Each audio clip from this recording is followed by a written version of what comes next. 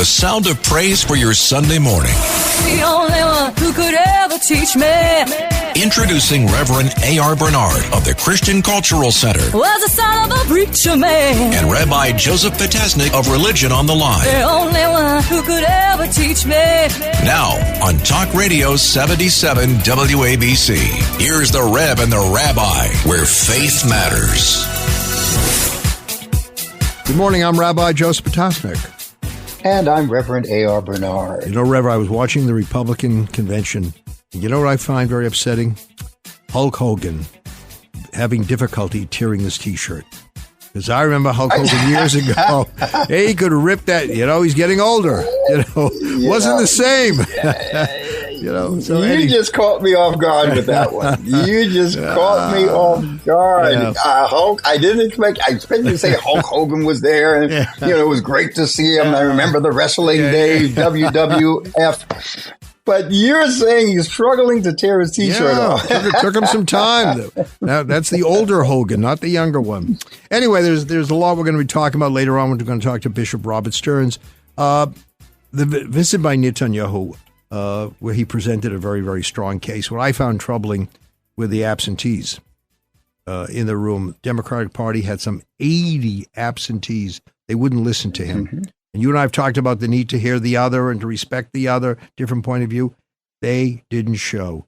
There was also a lot of discussion about the vice president not presiding, which is historically what a vice president does when there's a joint session of Congress. That was troubling. Mm-hmm. That was disappointing. I felt she should be there. So, does it have anything to do with the election season that we're in, and the fact that she is now facing the possibility of becoming the nominee and running for president, and maybe next president? Well, then it's a sad commentary that you can't sit through the prime minister of the state of Israel, your closest ally, and you have to worry about the ramifications of that. Then we're really in a sad place. You can say I disagree. I remember when Netanyahu came here. Obama wasn't here. He was out of the country. Right, I was just going to say. And Joe Biden was there. But Joe Biden was there. Yeah. You expect the vice president to sit there to fulfill that role. And not being there, obviously, many see as a slap, as an insult. Mm-hmm. You should be there for that. There was the engagement she had didn't come close to the importance of the visit. Yeah, you want to be there for the sorority group, fine. Work it out differently. Send a video, go later. But you got your closest ally, and you're not there. And 80 members of the Democratic Party. But was it? Look, we're filled with protests, and everybody's protesting in different ways. But is that because of a disagreement with the policies of the state of Israel concerning what's happening in Gaza? How would I know if the person doesn't say anything? When somebody asked if you didn't have the commitment to that sorority, would you be sitting in Congress? And one of the staffers says, we don't answer hypotheticals. So you couldn't get a clear answer. But I just felt it was the wrong thing to do. Rabbi, you and I know, and I'm not making excuses for her, but you and I know what goes on when it comes to political expediency, right? And what's expedient and what's not. Huh? And we also the state of Israel needs bipartisan support. We can't be, only one party rule for us. Historically, we need both sides. And Prime Minister has said that. Every Prime Minister says that. The people of Israel know that. So it was upsetting. But on the other hand, I looked at the support he received, the welcome he received, and I say, thank you, America. There's a statement, we don't believe in miracles, we depend on them. And I just think that people of Israel know they over the years, they've depended on America. And we are thankful for our survival, which is attributable in great part to the support from this country. I think that partnership is going to continue, Rabbi. I mean, come on, whether you agree with the state of Israel in terms of how it's handling the war, Israel is a strategic ally. Mm. And no matter what we do, we cannot deny that or get away from that. So these partnerships are very, very important, and we would be foolish to think otherwise, as far as I'm concerned. And as far as the protesters, what I was saying to a friend of mine, we watched some of the protests. Why don't these people protest what happens in China to, the minority groups there? Why don't they protest what happens in Myanmar, Iran? There are so many places that are so repressive, and yet I don't see the protesters out there on the streets. Comes to Israel. And how much of them are really, how much of them are really protesting because they have a personal conviction about what's going on, as opposed to how many are just becoming, following the crowd, becoming part of what seems to be popular. I think that the numbers are higher there than the individuals who truly have a personal conviction against what's going on. Yeah. Well, then I've seen it. Yeah. Then you have the desecration of the flag, the burning of the flag, desecration of monuments. It's sickening to see in America. Rabbi, look who's talking. You and I. We are children of the 60s and 70s in the United States. And what were they doing besides burning bras? Burning the flag. Yeah. I mean, we were seeing things that we had never seen in the history of this nation taking place, especially in that decade of the 60s. And here we are. I will tell you, I feel like I'm reliving it in many ways. Well, I think we have to draw some strong boundaries, and I think people cross them to express their particular point of view. We have to get ready for an interview, you and I, with Bishop Robert Stearns, who is the founder of Eagles Wings Ministry. He's done some great work and is not uncomfortable taking positions. He knows what he believes, and he's clear about his beliefs, and we admire that. So I think we're going to have a great conversation with him. Absolutely. Looking forward to it. So stay tuned for more of the Rev and the Rabbi. We'll be right back here on 77 WABC. Just steps from Madison Square Garden, Macy's, and Broadway theaters, DK Restaurant is a contemporary steakhouse that boasts a sleek marble bar, deep red leather banquettes, and candlelight tables. Perfect for lunch, a drink, after work, or dinner before the big game. DK Restaurant will surely entice guests to come back for more. Go to DKRestaurantNYC.com. Call 212-695-5220. Where faith matters. The Rev and the Rabbi. Talk Radio 77 WABC. Welcome back. I'm Rabbi Joseph Potasnik.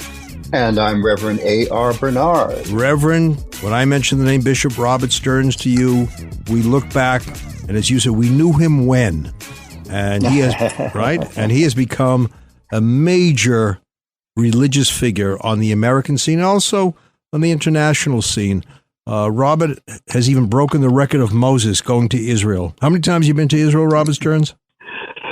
Well, I stopped counting about 100. Really? So, yes, sir. Yeah. Since 1992. My first trip was 92, and I've had the privilege of bringing about 35,000 people with me personally to Israel since 1992. And it is a joy and privilege to be back with both of you on the program and to connect to the WABC family. Yeah, you are the founder of Eagles Wings Ministries, and you celebrated 30 years of great success, great accomplishment. I know many people who admire all that you have done. And as a Jew, I have to say thank you because you have been there for us during very difficult times, certainly during celebrations, but, during tragic periods. We know that Robert Stearns will always stand up for the Jewish people in the state of Israel, and I commend you. Well, if I could say this, Rabbi, first of all, thank you. And 30 years, it's amazing. You blink twice and 30 years goes by. I mean, it's a bit of a shock, but we had a beautiful celebration in Buffalo. We had people flying, quite literally, we had people flying from around the world. We had 5 different nations that people flew in from and all across America. But what I'd like to address briefly, Rabbi, and maybe it's a good segue to our conversation, is your second comment, which I appreciate, but I'd like to clarify. And that's where you and other Jewish leaders or just Jewish people will say to me, Thank you so much for the work you do, etc. And I want to say that I appreciate and I respect that sentiment. However, I really believe that the issues that Israel faces, the issues surrounding Israel and the Jewish people, transcend the tiny state of Israel and the tiny, minority of Jewish people that there are in the world. In other words, the issues that Israel and the Jewish community face are issues that the human family faces and the human family has to deal with. And so when I engage Israel, when I engage the Jewish people, when I speak out on these issues, it's really because we as a planet have to decide, are we going to find ways to live together? Mm-hmm. Are we going to find ways to genuinely work towards the common good? Or are we going to allow the algorithms and the big money and big power behind the algorithms to continue to cause us to demonize the other and to polarize us? I don't remember, and I'll gently remind you that I'm younger than both of you, but I don't remember a time in my lifetime that the nation and the world has been more polarized and more toxic. I have a tiny bit of memory. I was about 4 years old or so. The Vietnam War, I know that was another, horrible moment in our history. But we have to say, whatever your religion, whatever your creed, whatever your sexual orientation, whatever your politics, your background, am I someone who is genuinely going to work for the common good of all peoples? And to me, that is a paramount reason that I engage the question of Israel and the Jewish people. Well, then I take back the compliment. Then, since you don't want it, let me just rescind it immediately. No, what I meant by that, Robert, is that when we are under attack, and we have been under attack for, there are those who suddenly disappear. I was with Reverend Bernard. We had a gala, Board of Rabbis. The Reverend proudly stood up, received a standing ovation. And he said, I stand with the people of Israel. And that was during, a difficult time. It's always a difficult time, it seems. So to recognize those whose voices are very clear is refreshing, because I can tell you there are people we thought would stand up for us who suddenly went silent. So I just want to commend you for that. Yeah, Rabbi, you bring that up, and I think it speaks to the fear that we see influencing what people say, not say, do, and not do. Robert, you have, this has been your life. This has been your ministry with the Jewish people. How do you speak to that fear that people may support the nation of Israel, but they don't want to say anything? I mean, this goes back to our New Testament, where, there are individuals who did not want to identify with Jesus because of, the pressure that would come from the public. How do you speak to that? A good friend of mine and a good friend of both of yours is an amazing New York City thought leader and philanthropist, Mark Gerson. Mm-hmm. And Mark always, when he speaks, and Mark and I have the privilege every Tuesday, we host a Bible study. To our knowledge, it's the largest online Bible study of Jews and Christians coming together for an hour. It's called TorahTuesdays.com. Throw out a little plug for it there. But Mark says this. He says, emotional and intellectual maturity is the ability for a person to hold two contradictory ideas together in tension in their mind at the same time. And this really is where we have to live. This is the place of growth. And so, people describe me as pro-Israel, but I have on dozens and dozens of occasions stood up and said, please let me remind everyone, I'm also pro-Palestinian.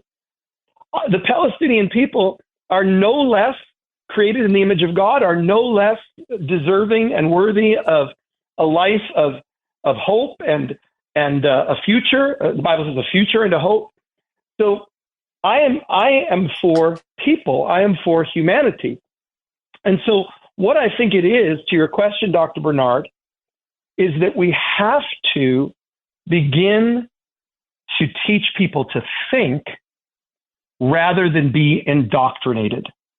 And I believe that what's happening right now in our world, from the youngest ages through TikTok and social media, all the way up through graduate level university campuses, unfortunately, we have really zeroed in on the ability to indoctrinate people rather than teaching people, Dr. Bernard, what you have modeled for your whole life, which is reflective living. The ability to sit back and be present and reflect on situations, not reactively, but proactively. And this is that space that we have to reclaim. And it's difficult because that space is not, that space doesn't drive views on TikTok. That space doesn't, right? Like fear cells. We know that fear cells, hate-mongering cells. But the inward discipline of kindness and empathy and humility, those kinds of values don't sell. But if we don't bring that, Mark Gerson calls it the principled center. If we can't bring the principled center back specifically to America right now, and then, please God, to our world, we're going to bear the bad crop of an increasingly hate-filled, indoctrinated society. And so to me, you have to learn to sit with the other. I don't have to agree with every aspect of a person to say, hey, listen, from my value system, you were created in the image of God. You have worth, you have dignity, you have value. Let me begin by that place of honoring that in you. And then from there, let's see how we move forward from there. Yeah, but Bishop Stearns, I would add the following. I agree with what you're saying, but we're also taught in our respective traditions not to stand by idly when someone else is being attacked, when someone else is being hurt. And that's therefore, we can have all kinds of feelings about the other. But I can tell you, we also cannot be silent. And when we see suffering, when we see what happened, for example, on October 7th, we have a moral responsibility to speak out loudly and clearly and condemn that. So, yeah, it's all about love, but when we see hatred, we have to call it out for what it is. But, Rabbi, how do we deal with the fact that, people can look at October 7th through different lenses and interpret what took place differently? Because what Robert is speaking to is the need for that kind of dialogue. Yes, there's outrage. Yes, it was an atrocity. But the reality is that different lenses are being placed on these events, and that means a different interpretation. So how do we deal with that? Right? Well, I think there's a baseline. There's a moral baseline. When there is an attack on the innocent people, as we saw, when people are taken hostage, and they're still hostages today. We're up to almost 300 days of being held in captivity. And you don't think there's a responsibility to say something? You're comfortable saying, well, we got to look at it differently, I'm sorry. I mean, I look back at the struggles of other people, and I never felt that we have to kind of find some kind of equivalence. Well, look at the other side. No, that action is wrong. I can condemn it without qualification. And I think our tradition also suggests that. There's a responsibility to, of course, dialogue with the other. But when you see the other who is brutally attacked and you don't have a voice, to me, I think there is something seriously flawed in your thinking. So what do we say to those who would point to the 40,000 supposedly reported Palestinians that were killed? How do we respond to that? We didn't ask for. Go ahead, Robert. You go first. Yeah. Well, look. I was in Israel on October 7th. I was there. I was in Jerusalem with my three sons. We heard the sirens go off. We lived through the first 6 days of the war. And, two things come to mind. Number one, I really believe the power comes, there is something called objective truth. And this is the challenge that I think we're facing in our generation where, if I could say, language itself is under assault. Okay. So now we have confusion. I mean, it's going to seem like I'm straying, but I'm making a point and I'll come back for a moment. We've got confusion right now over pronouns and over, gender identities and all these things. So if we are so unclear about what makes me think of the Bill Clinton, it depends on what the definition of is, right? So if we lose just the basic baseline of facts, okay, then we are on really dangerous ground. So what that leads me to is this. That is why I go to Israel, and that's why I bring people to Israel.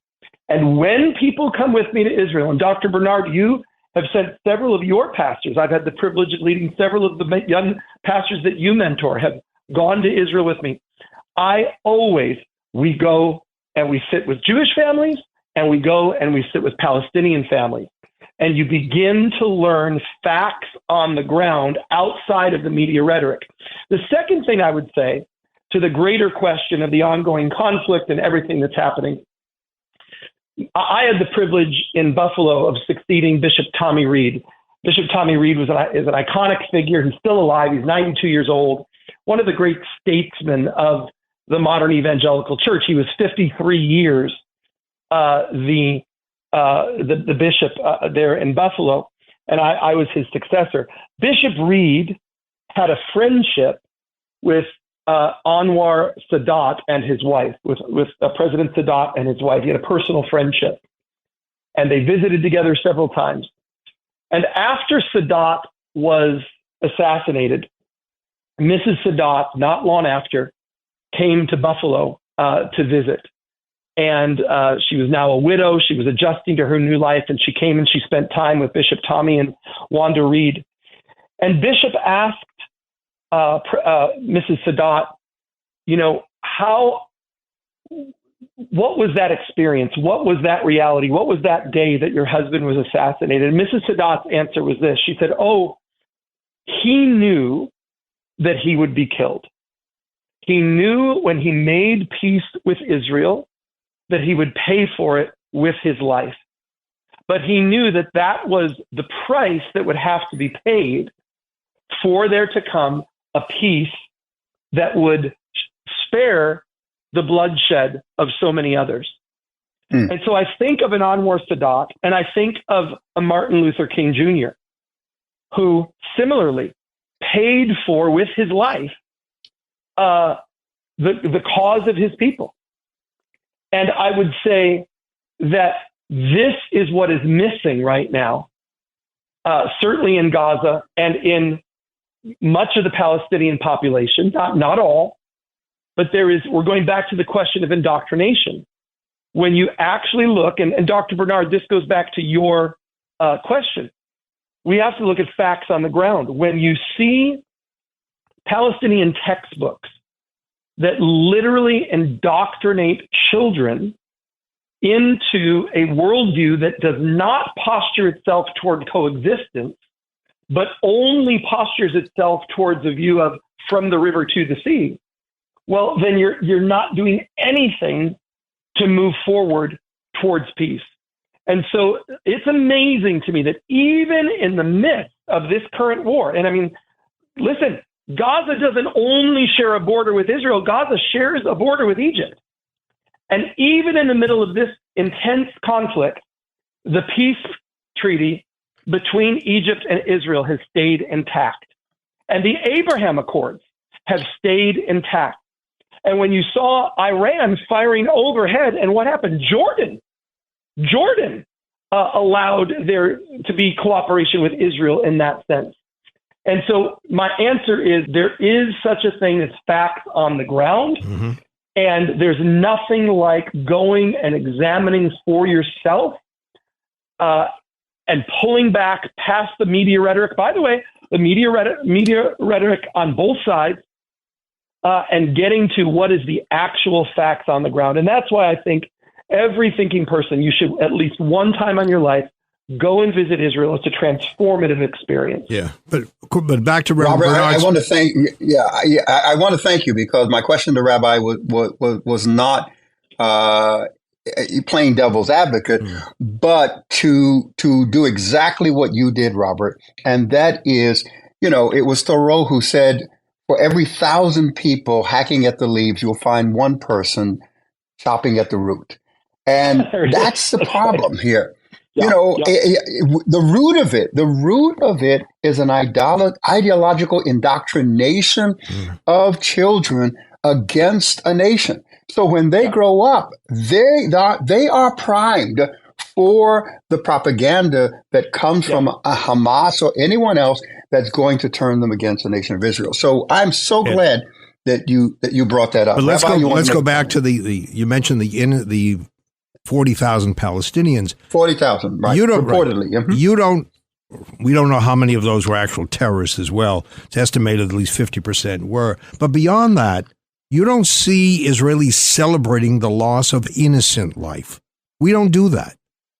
I do see the celebration for the loss of Israeli or Jewish life. And I think it's most unfortunate. But then again, America, when it defended itself in World War II, I mean, how many lives were lost there? When we went into Iraq, how many innocent lives were lost there? It's unfortunate, but it was brought upon us. When people hate you, when people don't recognize your right to exist, it is very hard. It is very hard to live together with one another in some peaceful arrangement.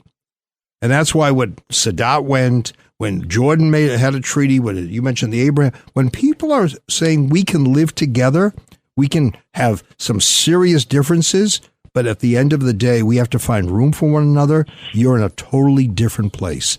How does one negotiate with someone who's determined to destroy you? I don't know how anyone can navigate that. But I do think, and I agree with what Robert said, that we have to be aspirational, that we still have to hold to a view where eventually, if we follow a certain path, we continue to remain true to our ideals of peace and love. If we talk about that, maybe that will get through. Because look at Egypt. Their textbooks, Robert, had hatred for a number of years. Right? And eventually there was a breakthrough. So we don't give up on the ideals, but we also have to at the same time deal with the reality. So you talk about the contradictory, spirit. Yeah, exactly. That's right. Yeah. All right. Let's go to something totally different than that. Politics and religion. Robert. Great. Yeah. Great. Let's give you an easy question. What do you from the frying pan into the fire? Yeah. Okay, no, but go. Robert, you know that a number of people. Wait a minute. I want to renegotiate my honorarium for this. Renegotiate. Well, the Reverend is responsible for any financial output here. I defer to him on that. But the world of politics today, Robert, do you find that this is rhetorical? Do you find there are a number of people who look at politics as they look at as being the same as religion, that God takes a certain political point of view, that if you belong to a party, this is the party of God? Listen, I think both sides right now are co-opting religion. Mm-hmm. I really see it on both sides. We've got, I actually have been preaching on this lately, that, unfortunately, what America has done, at least within the Christian context, I'll just speak from the Christian context because that's where I live. We've had, you have Catholic Jesus and you have Baptist Jesus. I was raised in the Assembly of God. You've got Assembly of God Jesus. You've got Methodist Jesus. And we have all these iterations. And then now all of a sudden, we're surprised that you've got Black Lives Matter Jesus. Okay.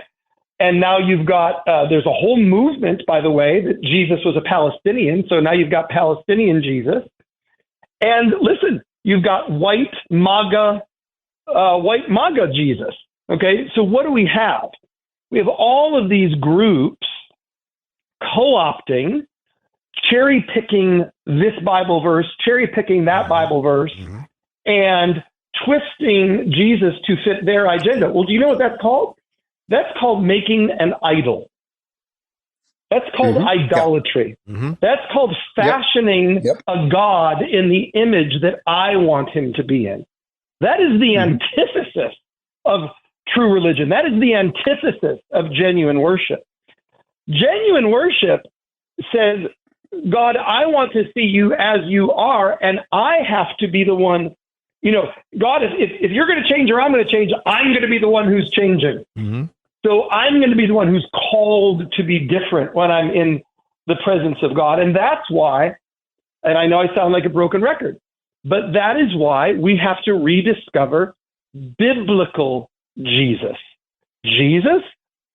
Yes, I as a Christian believe that Jesus is the Son of God. But I as a human know that Jesus was also a person who lived. And he lived in a time, and he lived in, as like Dr. Bernard reminds us all, he lived in a context. He prayed certain prayers. He kept certain holidays. He lived against a backdrop of a certain political milieu with the Roman Empire. And so if I'm going to understand this Jesus, who I say that I serve, I have to do the actual work of studying to know who he is and not co-opting a few cherry-picked verses here and there to fit my agenda. So yes, I believe that we are seeing politics on both sides. And let me hasten to say that it is being done on both sides. I know that there's a tendency to say that the right is doing it more, but I see it just as much done on the left. There is this co-opting, and the sad thing that I'm seeing is gosh, I get emotional. The sad thing that I'm seeing is our young people, because our young people's ability to trust in either religion or politics, I don't know that it's ever been lower. Young people are so tired of the noise. There was a time in our nation. In fact, give me grace for just 45 seconds here to tell you this story. Okay, I recently appeared. I recently appeared on a television program with someone who, if I said their name, and I'm not going to say their name because I don't want to mix the story. If I said their name, you'd say, "Oh, that's a very right-wing leader." Okay, that's a very staunch right-wing Republican leader. It's a very large television program. I appeared on their television program maybe 2 months ago. Afterwards, we had lunch, and we actually were discussing Israel, and we were discussing these things. And he said, these issues, fighting anti-Semitism, the power of all this, he said, this can never become a Republican issue. He said, I remember an America where Christians could disagree about politics, but they could worship together on Sundays with kindness and respect. He said, I remember an America where Democrats and Republicans were friends. And I thought, you know what? The View is never going to report on that. There's such a vitriol right now. And here was someone that mainstream society would have deemed as a very right-wing person. And here he is, and he's saying, I miss an America where Democrats and Republicans walk together as friends. So the result of all this, and thank you for your indulgence for my lengthy answer, but the result of this is when we co-opt religion and we reduce God to an image that we've created, we've made an idol, and it devalues religion and it devalues politics, and it causes a level of cynicism in the next generation. And that's not the future that we want. Yeah. Isn't this the golden calf? Isn't this the result of people feeling that God is taking too long? So we turn to the next level of power downward, and that's politics. It's government. It's the authority of government, and we begin to worship that golden calf, worship government. So we're guilty of committing political idolatry. Can I respond to that also, Rev? Absolutely, Rabbi. I think where we have failed as faith leaders is for too long we were too quiet. We refused to use that prophetic voice that we've spoken of time and time again. Mm-hmm. And I think because we were not there, what happens? Now you have to worship someone else, or you have to listen to someone else. And politics became the substitute in some cases for the missing clergy, for the missing leadership that was not there to talk about what needed to be said at a given time. And when we're silent, look at what happens. That's where I think we have failed. Well said. Well said. I'm taking notes. Robert, talk about Eagle's Wings. He'll be quoting you in his Sunday morning sermon. He does without attribution. Absolutely. Without attribution, the name Potasnik appears in none of those sermons. Robert, I've known you for many years. You're a very close friend. And I know that I am your rabbi, even though you can't tell that to all the other rabbis because you'll lose favor in their eyes. But Robert, talk about Eagle's Wings, because you know over the years, people have said, aren't they really looking to change you? Aren't they really looking to convert Jews? And you've often said, if I made a living, converting Jews, I would be poverty-stricken, right? Talk about the misconception of the work you and others do. Well, listen, first of all, misconceptions come from somewhere. And I think the Jewish community is understandably suspicious of Christian friendship because there is a deep history of wrongdoing against the Jewish people, horrible wrongdoing at points of Christian history. And then also modern Christian support for Israel. When I say modern, let's go back 50 to 75 years, 76 years, the founding of the state of Israel. It was often viewed through the lens of this is the end of the world. The state of Israel is recreated. So, Jesus must be. Listen, I was raised in a household, and many my age were. I'm in my 50s.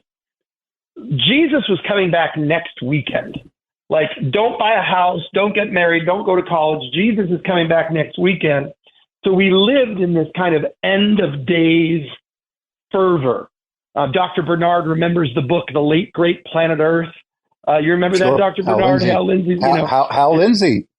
It sold a gajillion copies. I mean, it literally I'll tell you what, 35 million copies as of 1995.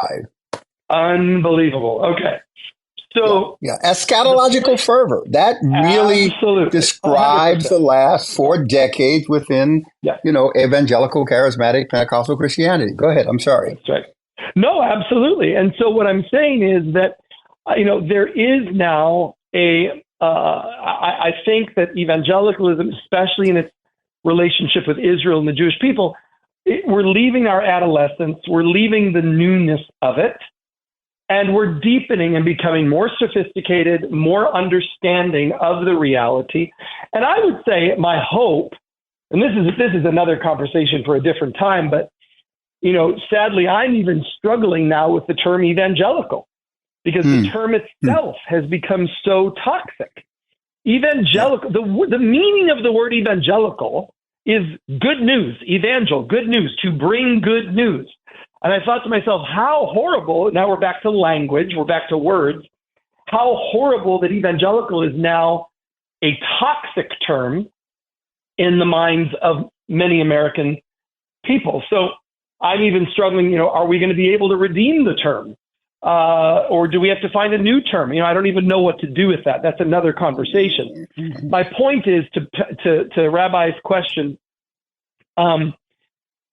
the new generation of evangelicals, I believe, much more see their faith as I'm a person on a spiritual journey. Psalm 84 says, blessed are those who set their hearts on pilgrimage. A pilgrimage is a spiritual journey.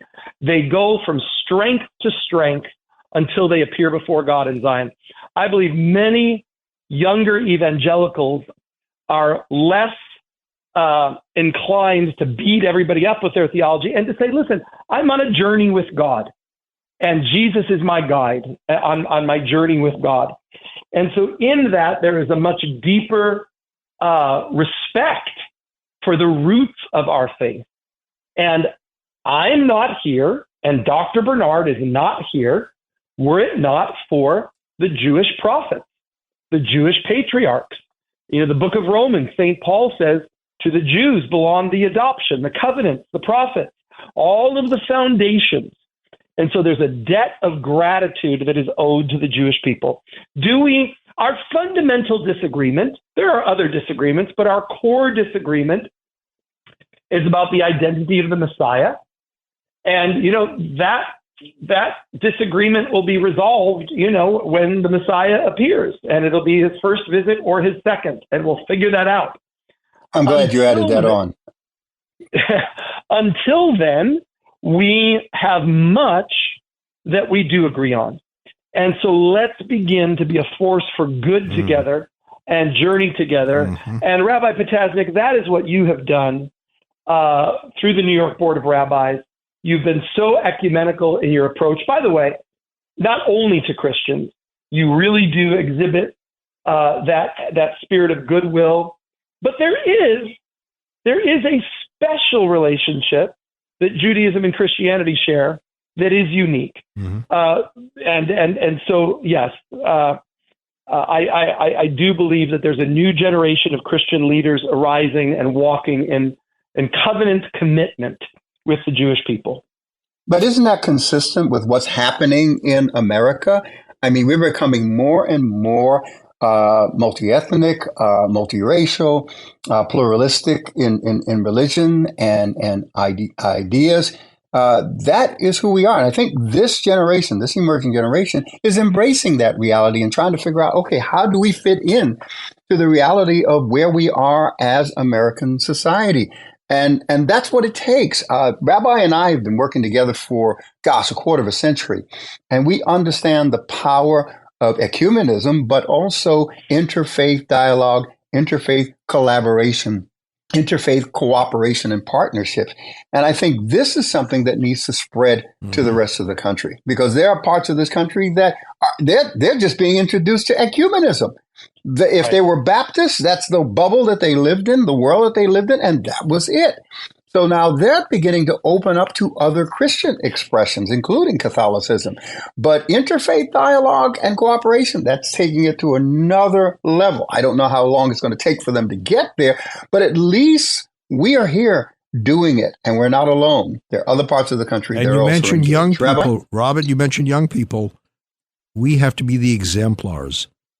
They have to see in us what we say. There has to be this duplicate, what we say and what they see have to be the same, because for too long, there are those who have felt you say it, but we don't see it.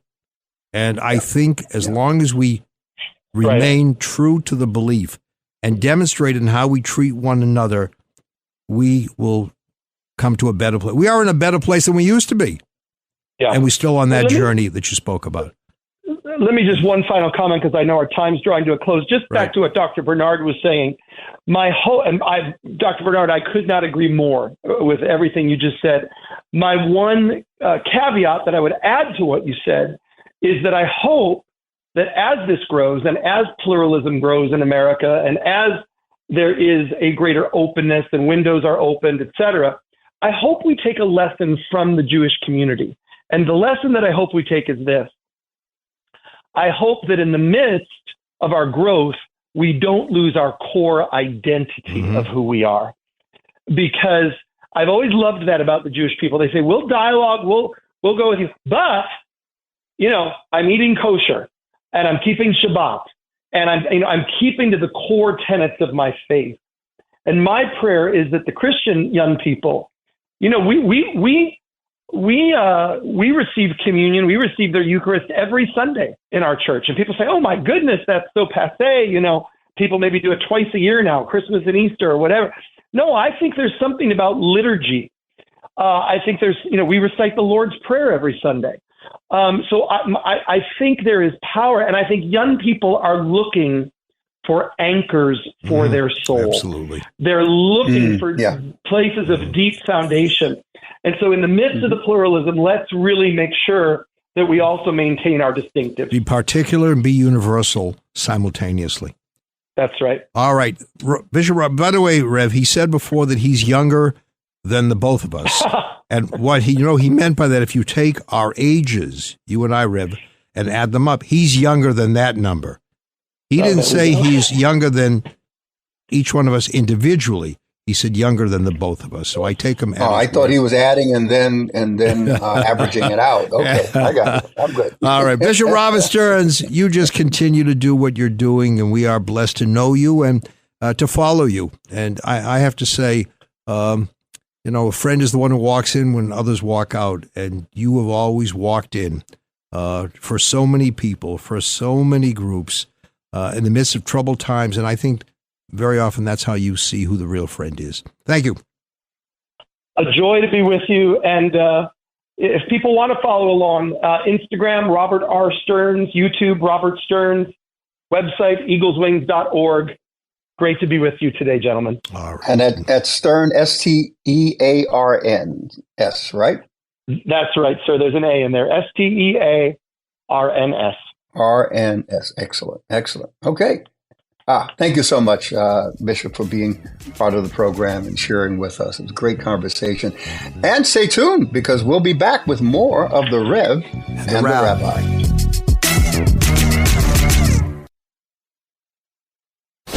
Reverend A.R. Bernard, Rabbi Joseph Potasnik, the Rev and the Rabbi. Talk Radio 77 WABC and the all-new WABCRadio.com. Welcome back. I'm Rabbi Joseph Potasnik. And I'm Reverend A.R. Bernard. Reverend, there you have a conversation amongst the three of us where we are firmly committed to our belief. At the same time, we are ready to hear someone else's belief without compromising our own. We can do it with full respect for one another. Isn't that the way it's supposed to be, Rabbi? Isn't it the greatness of in the book? It is. I don't know the movie. But yeah, I mean, no, but look, in this nation, what one of the things that is the greatness of this nation is that we can have different viewpoints. Yeah. I mean, the fact that we have a two-party system with different ways of thinking, different visions as to how our society should be ordered and the best way to live in it. I think that is a part of our greatness. And we have to be able to have open dialogue where we disagree with each other and yet find common ground. Yeah. We don't want that imposition on the other. I once mentioned I used to go out with someone for dinner every so often, and he would order for me, and I say, no, I don't want that. No, you got to have that. I don't want it. Let me order what I want to have. So there are people politically, this is what you have. This is how you have to vote. This is the person. I said, well, can I think about it? Can I reflect on it? No, I'm telling you, this is what you got to do. And unfortunately, that is not the democracy or freedom of thought that we need to have in our country. And critical thinking. You're absolutely right. Yep. But Rabbi, I was having a conversation with someone the other day, and we're talking about the amount of that our young people are exposed to. And it can be overwhelming. Mm-hmm. And when information overload becomes our problem, we tend to look for a trusted voice to tell us what to do, because we're just too tired or too overwhelmed to think critically for ourselves. And there are so many individuals who are representing themselves as a trusted voice when really they're being pushed by a very specific agenda. What say you, Ray? I was telling someone the other day, when we look at Supreme Court opinions, there's a majority opinion and a minority one. Why do we publish the minority one? Because it's the majority one that wins that on that particular issue. Because we want people to recognize you may feel more comfortable with that minority opinion. You don't have to. You don't have to embrace the majority opinion if you don't want to. That's why we give you both opinions. And I think, unfortunately, no, that's the only way you can think. Don't think any other way because I know more than you know. And it's unfortunate. Rev, I want to thank you, Ed. This was a great conversation today. We love Robert Stearns. We've known him for years. We've watched his growth, and he's impacted a lot of people. So I really appreciate it. And we appreciate it. And thank you, our listeners, for joining us for another episode of the Rev and the Rabbi right here on 77 WABC. Until next time, God bless.